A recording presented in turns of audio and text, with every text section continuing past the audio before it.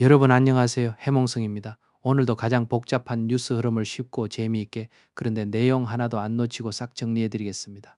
시작 전에 짧게 부탁드릴게요. 구독과 좋아요, 알림 설정 해두시면 매일 아침 중요한 이슈 놓치지 않고 바로 따라오실 수 있습니다. 자, 26년 3월 18일 수요일 아침입니다.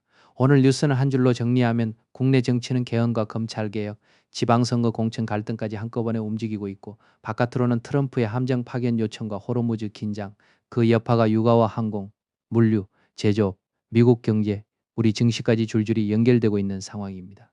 여기에 부동산, 강력 사건, 원전 이슈, 축구 이야기, 날씨까지 정말 정신없이 몰려 있습니다. 그러니까 오늘은 뉴스를 한 조각씩 따로 보는 것보다 흐름으로 묶어서 보는 게 훨씬 중요합니다. 하나씩 차근차근 가보겠습니다. 가장 먼저 정치권에서 뜨거운 이슈죠. 미 트럼프 대통령의 함정 파견 요청을 두고 여야 모두 당론 없이 신중론을 유지하고 있다는 소식입니다. 겉으로만 보면 여야가 둘 다 조심스러운 태도를 보이고 있으니 비슷해 보일 수 있습니다. 그런데 자세히 들여다보면 정부 대응을 둘러싼 온도차가 꽤 분명하게 드러났습니다. 여권 쪽에서는 파병 반대 기류가 강한 분위기고요. 반면 야권은 뚜렷한 입장을 내세우기보다는 김민석 총리를 겨냥하면서 공세를 이어가고 있습니다.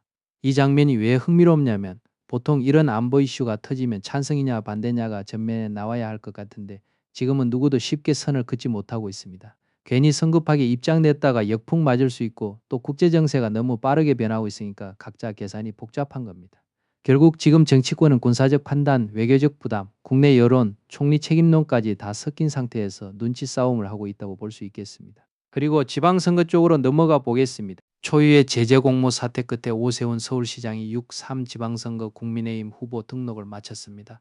여기까지 오는 과정 자체가 꽤 시끄러웠죠. 제공모도 아니고 제재공모라는 표현이 등장할 정도였으니 공천 과정이 얼마나 꼬였는지 짐작이 됩니다. 그런데 결국 오세훈 서울시장이 후보 등록을 마치면서 일단 큰 고비 하나는 넘겼습니다. 부산시장 공천 갈등도 박형준 시장과 주진우 의원 간 양자 경선으로 정리됐습니다. 이 부분도 중요합니다. 당내 갈등이 계속 커지면 선거 들어가기도 전에 체력부터 빠지는데 이번에는 최소한 겉으로는 봉합되는 분위기가 만들어졌습니다. 물론 봉합과 해소는 다릅니다. 상처 위에 테이프 붙여놓은 건지 진짜 정리가 된 건지는 앞으로 봐야겠죠. 그래도 현재 그림은 서울에서는 오세훈 서울시장 후보 등록, 부산에서는 박형준 시장과 주진우 의원의 양자 경선으로 이런 식으로 흐름이 잡히면서 당내 혼란이 한숨 돌린 모습입니다. 이제 헌법 이야기로 넘어가겠습니다. 이재명 대통령이 우원식 국회의장의 개헌 제안과 관련해 정부 차원의 준비를 지시했습니다. 여기서 끝이 아니라 18과 함께 부마항쟁 정신을 헌법 전문에 포함하는 방안을 언급했습니다. 이건 꽤 상징성이 큽니다. 개헌은 원래 말이 나오기만 해도 뜨거운 주제인데 여기에 18과 부마항쟁 정신을 헌법 전문에 담는 문제까지 얹히면 역사 인식, 정통성, 국가 정체성, 지역 정치, 세대 인식까지 다 건드리게 됩니다. 그러니까 단순히 헌법 문구를 손보는 차원의 뉴스가 아니라 앞으로 어떤 가치를 국가의 공식 기억으로 못 박을 것인가라는 문제로 연결되는 겁니다. 그래서 개헌 논의가 본격화될 전망이라는 문장이 굉장히 묵직합니다. 한번 불이 붙으면 정치권 전체가 이 이슈를 피해가기 어려울 가능성이 큽니다. 그리고 검찰개혁 이슈도 속도가 붙고 있습니다. 정부와 여당이 검찰개혁 후속 입법인 공소청 중수청 설치법 합의안을 마련했고 공소청 검사의 권한을 대폭 축소하는 방향을 제시했습니다. 여기에 민주당은 본회의 상정을 예고하면서 입법 속도를 높이고 있습니다. 이건 정말 한두 줄로 끝날 얘기가 아닙니다. 왜냐하면 검찰청 폐지 이후에 어디까지 수사권을 떼어내고 어디까지 기소 기능을 남길지 그리고 그 사이에 공소청과 중수청을 어떤 구조로 놓을지에 따라 형사사법 시스템이 완전히 달라지기 때문입니다. 지금 나온 포인트는 아주 분명합니다. 공소청 검사의 권한을 대폭 축소하겠다는 것. 이건 기존 검찰의 힘을 구조적으로 줄이겠다는 뜻이고 그만큼 수사와 기소의 분리원칙을 더 강하게 밀어붙이겠다는 신호로 읽힙니다. 그런데 여기서 끝이 아니죠. 검찰청 폐지 이후 중대범죄수사청법과 공수처법 처리까지 이어질 전망이라고 합니다. 그러니까 한 번의 법안 처리로 끝나는 게 아니라 후속 입법이 줄줄이 대기하고 있는 겁니다. 검찰은 공개 대응을 자제하고 있지만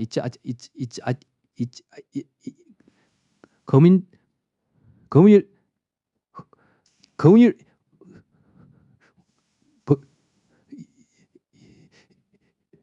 어, 어, 어,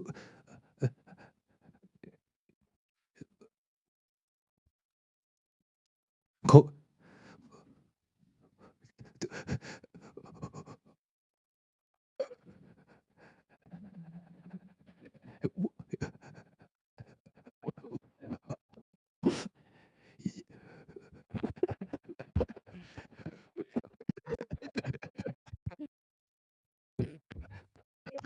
겉으로는 말을 아끼고 있는데 속으로는 다들 계산기를 두드리고 있다는 거죠. 특히 보안 수사권 문제는 실무에서 굉장히 민감합니다. 수사기관이 사건을 넘기고 나서 부족한 부분을 누가 어느 범위까지 어떤 방식으로 채울 수 있느냐가 수사 효율과 직접 연결되기 때문입니다. 그래서 지금은 공개적으로 정면 충돌하는 그림은 아니지만 내부 긴장감은 상당히 높은 상황이라고 볼 수 있습니다. 또 하나 시선이 쏠리는 재판 소식도 있습니다. 윤석열 전 대통령의 여론조사 수수 사건 재판에서 김건희 씨가 증인으로 채택됐습니다. 이로 인해 두 사람의 첫 법정 대면 가능성에 관심이 집중되고 있습니다. 이건 단순히 재판 기술적인 뉴스가 아니라 상징성이 큽니다. 전직 대통령 그리고 김건희 씨 여론조사 수수 사건 증인 채택 첫 법정 대면 가능성 이 요소들이 한 화면 안에 다 들어오면 당연히 정치권과 언론이 크게 주목할 수밖에 없습니다. 실제 법정에서 어떤 장면이 연출될지 진술이 어떻게 오갈지 그게 다른 사건들에 어떤 파장을 줄지 관심이 쏠릴 수밖에 없습니다. 지방 권력 비리 의혹 관련 뉴스도 나왔습니다. 금품 수수와 인테리어비 대납 의혹을 받는 김영환 충북지사에 대해 경찰이 구속영장을 신청했습니다. 경찰은 대가성 여부를 집중 수사하고 있고요. 반면 김 지사는 혐의를 전면 부인했습니다. 이 사건의 핵심은 딱 하나입니다. 돈이 오간 사실이 있는지 없는지를 넘어서 그게 대가성이 있었는가 하는 점입니다. 그냥 받은 게 아니라 어떤 편이나 영향력과 연결됐는지 여부가 수사의 중심입니다. 경찰이 구속영장을 신청했다는 건 사안을 가볍게 보지 않는다는 뜻이고 김 지사가 전면 부인하고 있다는 점까지 포함해서 앞으로 법적 공방이 상당히 거칠어질 가능성이 큽니다. 이제 다시 중동과 미국으로 가보겠습니다. 트럼프 대통령은 호르무즈 파병 요청을 거부한 유럽 동맹국들을 비판하면서 강경 발언을 이어갔습니다. 여기서 분위기가 더 심상치 않은 게 미 대테러 수장이 이란 전쟁 반대를 이유로 사의를 밝혀 내부 갈등도 불거지고 있다는 점입니다. 바깥으로는 동맹국을 압박하고 안으로는 고위 안보 인사가 반대하며 물러나는 그림입니다. 이건 대외적으로도 내부적으로도 균열이 보인다는 뜻입니다. 한쪽에서는 강경 드라이브를 걸고 있는데 다른 쪽에서는 그 전쟁 기조에 동의하지 못해 자리를 내려놓는 상황이니까요. 결국 트럼프 대통령의 발언은 국제사회의 압박 메시지로 읽히고 미대 테러 수장의 사의는 미국 내부 의사결정 구조가 단단히 한 방향으로 정리되지 않았다는 신호로 볼 수 있습니다. 우리 쪽 국방 입장도 나왔습니다. 안규백 국방장관은 청해부대 호르무즈 투입은 성격이 다른 사안이라며 현재로선 고려하지 않고 있고 파병 시 국회 동의가 필요하다고 강조했습니다. 이 발언은 꽤 중요합니다. 왜냐하면 청해부대라는 카드를 떠올리는 사람들이 많을 텐데 국방장관이 직접 그건 성격이 다른 사안이라고 선을 그은 겁니다. 그리고 파병 시 국회 동의가 필요하다고 강조한 부분은 절차적 정당성을 다시 짚은 겁니다. 그러니까 지금 단계에서는 군사적 결정보다도 정치적, 헌법적, 절차적 부담이 함께 묶여 있다는 뜻입니다. 쉽게 말해 누구 마음대로 밀어붙일 수 있는 문제가 아니라는 점을 분명히 한 셈이죠. 그런데 중동 긴장은 벌써 실물 경제에 영향을 주고 있습니다. 다음 달 국제선 유료 할증료가 3배 이상 급등할 것으로 예상된다고 합니다. 여행객들의 부담은 커지고 있고 항공 물류 운송 차질도 이어지고 있습니다. 이건 진짜 피부로 느끼게 되는 뉴스입니다. 국제선 타야 하는 사람들은 티켓 가격에서 유료 할증료 비중이 얼마나 부담스러운지 바로 체감하실 겁니다.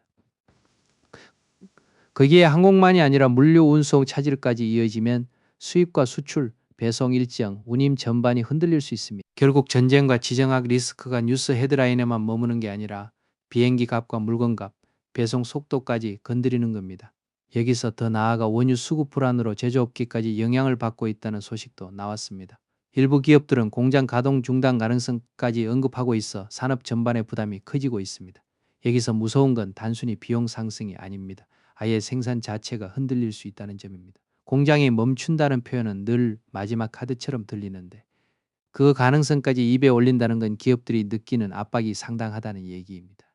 원유 수급 불안은 석유화학, 운송, 발전, 원재료 가격 전반으로 퍼질 수 있어서 제조업계에는 연쇄 충격이 됩니다. 그러니까 지금 상황은 항공료만 오르는 정도가 아니라 산업 전반의 부담이 커지고 있다는 진단이 정확합니다. 이 흐름은 미국 경제에도 부담을 안기고 있습니다. 이란 전쟁 여파로 유가 상승과 고용 둔화가 겹치면서 미국 경제의 스태그플레이션 우려가 커지고 있고 연방준비제도의 정책 판단에도 부담이 커지고 있습니다. 이 뉴스는 경제 뉴스 좋아하시는 분들이 특히 주목하셔야 합니다. 스태그플레이션이라는 말이 괜히 무겁게 들리는 게 아닙니다. 물가는 오르는데 경기는 둔화되고 고용까지 약해지는 방향이 겹치면 중앙은행 입장에서는 선택지가 굉장히 좁아집니다. 금리를 내리자니 물가가 걱정되고 금리를 묶거나 올리자니 경기와 고용이 더 버거워질 수 있습니다. 그러니까 연방준비제도의 정책 판단 부담이 커진다는 표현은 정말 핵심을 찌르고 있습니다. 어느 쪽 버튼을 눌러도 부담인 상황이라는 거죠. 이제 국내 자산 시장으로 와보겠습니다. 서울 아파트 공시가격이 약 20% 상승하면서 강남권과 한강 인접 지역을 중심으로 보유세 부담이 최대 50% 이상 늘어날 것으로 전망됩니다. 이건 집 가진 분들 입장에서는 숫자가 아주 직접적으로 와닿는 뉴스입니다. 공시가격이 약 20% 상승했다는 것만으로도 부담이 큰데 강남권과 한강 인접 지역을 중심으로 보유세 부담이 최대 50% 이상 늘어날 수 있다는 전망까지 붙었습니다. 결국 특정 지역, 특히 선호도가 높은 핵심 입지일수록 세금 부담 체감이 훨씬 클 수 있다는 얘기입니다. 부동산 시장이 가격 자체만의 문제가 아니라 세금과 보유 부담까지 동시에 움직이는 구간에 들어섰다는 점을 보여주는 장면입니다. 반대로 증시 쪽은 기대감이 살아나는 모습입니다. 엔비디아 젠슨 황 CEO가 삼성전자와 SK하이닉스에 대한 협력을 강조했고 현대차와 LG전자와의 협업도 공개됐습니다. 이 흐름 속에서 AI 산업 기대감이 커지며 코스피가 5,600선을 회복했습니다. 이 뉴스는 참 묘합니다. 한쪽에서는 중동 리스크, 유가 상승, 항공과 제조업 부담, 미국 스태그플레이션 우려가 나오는데 다른 한쪽에서는 AI 산업 기대감이 시장을 끌어올리고 있는 겁니다. 젠슨 황 CEO가 삼성전자와 SK하이닉스에 대한 협력을 강조했다는 건 반도체 쪽 기대를 자극할 수 있고 현대차와 LG전자와의 협업 공개는 AI가 반도체를 넘어 자동차와 전자산업까지 연결된다는 인상을 줍니다. 그래서 코스피가 5,600선을 회복했다는 뉴스는 단순한 숫자 회복이 아니라 지금 시장이 어떤 성장 서사에 반응하고 있는지를 보여주는 장면으로도 읽힙니다. 사회면으로 가보겠습니다. 부산에서 항공사 기장을 살해하고 도주한 50대가 14시간 만에 검거됐습니다. 그런데 더 섬뜩한 건 전 직장 동료들을 겨냥한 계획 범행 정황이 드러났다는 점입니다. 이건 듣는 순간 등골이 서늘해지는 사건입니다. 우발적 충돌이 아니라 전 직장 동료들을 겨냥한 계획 범행 정황이 있다는 것. 그리고 항공사 기장을 살해하고 도주했다는 점, 14시간 만에 검거됐다는 사실까지 이어지면서 시민들에게 큰 충격을 주고 있습니다. 범행 대상 선정부터 동선 준비 여부까지 앞으로 수사로 더 드러나겠지만 현재까지 나온 내용만으로도 사건의 무게가 상당합니다. 또 다른 강력 사건도 있습니다. 남양주 스토킹 살인 사건 피의자가 범행 전 피해자 지인에게까지 접근해 회유를 시도한 정황이 확인됐습니다. 이로 인해 스토킹 범죄 대응의 허점이 다시 도마에 올랐습니다. 이 뉴스가 답답한 이유는 늘 비슷합니다. 사건이 벌어진 다음에야 위험 신호가 있었네 하는 말이 뒤늦게 따라온다는 점입니다. 피해자 지인에게까지 접근해 회유를 시도했다는 건 이미 경고등이 여러 번 켜졌다는 의미로도 볼 수 있습니다. 그런데도 막지 못했다면 제도와 대응책의 어딘가에 분명히 허점이 있었다는 비판이 나올 수밖에 없습니다. 그래서 이번 사건은 개별 범행을 넘어 스토킹, 범죄 대응 시스템 전반에 대한 문제 제기로 이어지고 있습니다. 에너지 이슈도 빠질 수 없습니다. 정부가 신규 원전 건설을 추진하는 가운데 울산 울주군이 유치전에 나섰습니다. 하지만 지역 주민과 시민단체는 원전 밀집 우려를 제기하며 반발하고 있습니다. 이 뉴스는 늘 그렇듯 찬성과 반대가 또렷하게 맞붙는 구조입니다. 한쪽에서는 전력 수급, 산업 경쟁력, 에너지 안보, 장기 공급 안정성을 내세울 수 있고 다른 한쪽에서는 지역 안전, 사고 위험, 원전 밀집 부담, 주민 수용성 문제를 제기합니다. 특히 울산 울주군이 유치전에 나섰다는 건 지방정부 차원에서는 나름의 경제적 기대와 전략이 있다는 뜻이지만 주민과 시민단체 반발이 동시에 커지고 있다는 건 사회적 합의가 쉽지 않다는 얘기이기도 합니다. 스포츠 쪽으로도 흥미로운 뉴스가 하나 있습니다. 이란 축구대표팀이 북중미 월드컵 경기를 미국이 아닌 멕시코에서 치르길 요청했습니다. 하지만 피파가 난색을 보여 성사 가능성은 낮은 상황입니다. 이 소식은 정치와 스포츠가 얼마나 얽혀 있는지를 보여줍니다. 이란 축구대표팀 입장에서는 미국이라는 개최 환경이 부담스러울 수 있고 그래서 멕시코를 요청한 것으로 보이는데 피파가 난색을 보인다는 건 대회 운영과 형평성, 일정, 규정 등 여러 문제를 고려한 결과일 수 있습니다. 결국 요청은 있었지만 성사 가능성은 낮은 상황, 이게 현재 정리된 그림입니다. 그리고 오늘 날씨도 챙겨드려야죠. 오늘은 전국에 봄비가 내리며 낮 기온이 크게 떨어지겠습니다. 서울 기준 11도에 머무는 등 쌀쌀하겠고 가시거리도 짧아지는 곳이 많아 교통 안전에 유의해야겠습니다. 이름은 봄비인데 체감은 봄 같지 않을 수 있습니다. 낮 기온이 크게 떨어지고 서울 기준 11도라면 얇게 입고 나가다가 꽤 서늘하다고 느끼실 수 있습니다. 특히 비 오는 날은 시야도 짧아지고 도로 상태도 미끄러워질 수 있으니까 출근길, 이동길, 운전하시는 분들 모두 교통 안전 꼭 신경 쓰셔야겠습니다. 자, 오늘 전체의 흐름을 한 번에 묶어보겠습니다. 정치권에서는 미 트럼프 대통령의 함정 파견 요청을 두고 여야 모두 당론 없이 신중론을 유지하는 가운데 여권은 파병 반대 기류가 강하고 야권은 김민석 총리를 겨냥하며 공세를 이어가고 있습니다. 지방선거 쪽에서는 오세훈 서울시장이 6.3 지방선거 국민의힘 후보 등록을 마쳤고 부산시장 공천 갈등도 박형준 시장과 주진우 의원 간 양자 경선으로 정리되며 당내 갈등이 일단 봉합되는 분위기입니다. 이재명 대통령은 우원식 국회의장의 개헌 제안과 관련해 정부 차원의 준비를 지시했고 5.18과 함께 부마항쟁 정신을 헌법 전문에 포함하는 방안을 언급하면서 개헌 논의가 본격화될 전망입니다. 정부와 여당은 검찰개혁 후속 입법인 공소청 중수청 설치법 합의안을 마련하고 공소청 검사의 권한을 대폭 축소하는 방향을 제시했으며 민주당은 본회의 상정을 예고하며 입법 속도를 높이고 있습니다. 검찰청 폐지 이후 중대범죄수사청법과 공수처법 처리까지 이어질 전망이고 검찰은 공개 대응을 자제하면서도 내부적으로는 보안수사권 등 쟁점을 둘러싼 우려가 이어지고 있습니다. 사법과 수사 이슈에서는 윤석열 전 대통령의 여론조사 수수 사건 재판에서 김건희 씨가 증인으로 채택되며 두 사람의 첫 법정되면 가능성에 관심이 집중되고 있고 금품 수수와 인테리어비 대납 의혹을 받는 김명환 충북지사에 대해 경찰이 구속영장을 신청했으며 경찰은 대가성 여부를 집중 수사하는 반면 김 지사는 혐의를 전면 부인했습니다. 국제 정세에서는 트럼프 대통령이 호르무즈 파병 요청을 거부한 유럽 동맹국들을 비판하며 강경 발언을 이어갔고 미 대테러 수장이 이란 전쟁 반대를 이유로 사의를 밝히며 내부 갈등도 불거지고 있습니다. 안규백 국방장관은 청해 부대 호르무즈 투입은 성격이 다른 사안이라며 현재로선 고려하지 않고 있고 파병 시 국회 동의가 필요하다고 강조했습니다.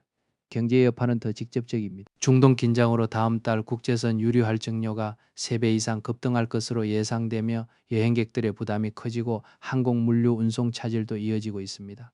원유 수급 불안으로 제조업계까지 영향을 받으며 일부 기업들은 공장 가동 중단 가능성까지 언급하고 있어 산업 전반의 부담이 커지고 있습니다.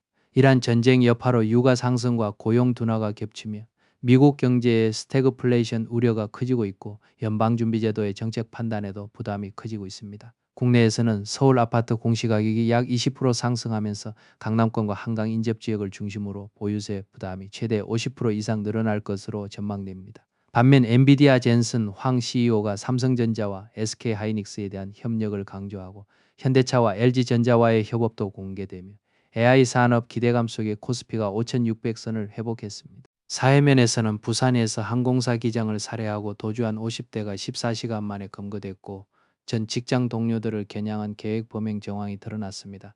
남양주 스토킹 살인사건 피의자가 범행 전 피해자 지인에게까지 접근해 회유를 시도한 정황이 확인되며 스토킹 범죄 대응의 허점이 다시 도마에 올랐습니다. 에너지 정책에서는 정부가 신규 원전 건설을 추진하는 가운데 울산 울주군이 유치전에 나섰지만 지역 주민과 시민단체는 원전 밀집 우려를 제기하며 반발하고 있습니다. 스포츠에서는 이란 축구대표팀이 북중미 월드컵 경기를 미국이 아닌 멕시코에서 치르기 요청했지만 피파가 난색을 보여 성사 가능성은 낮은 상황입니다. 그리고 오늘은 전국에 봄비가 내리며 낮 기온이 크게 떨어져 서울 기준 11도에 머무는 등 쌀쌀하겠고 가시거리도 짧아지는 곳이 많아 교통 안전에 유의해야겠습니다. 오늘 뉴스는 한 군데만 뜨거운 게 아니라 정치, 외교, 안보, 경제, 사회가 동시에 흔들리고 있다는 게 핵심입니다. 그래서 한 줄 뉴스로만 보면 그냥 바쁜 날처럼 보이는데 흐름으로 묶어보면 지금 우리가 서 있는 자리가 꽤 예민한 구간이라는 게 느껴집니다. 해몽성은 내일도 복잡한 이슈를 쉽고 정확하게 그런데 재미까지 놓치지 않게 정리해서 가져오겠습니다. 끝까지 함께해 주셔서 감사합니다. 구독과 좋아요, 알림 설정으로 같이 가주시면 매일 아침 더 빠르고 든든하게 만나보실 수 있습니다.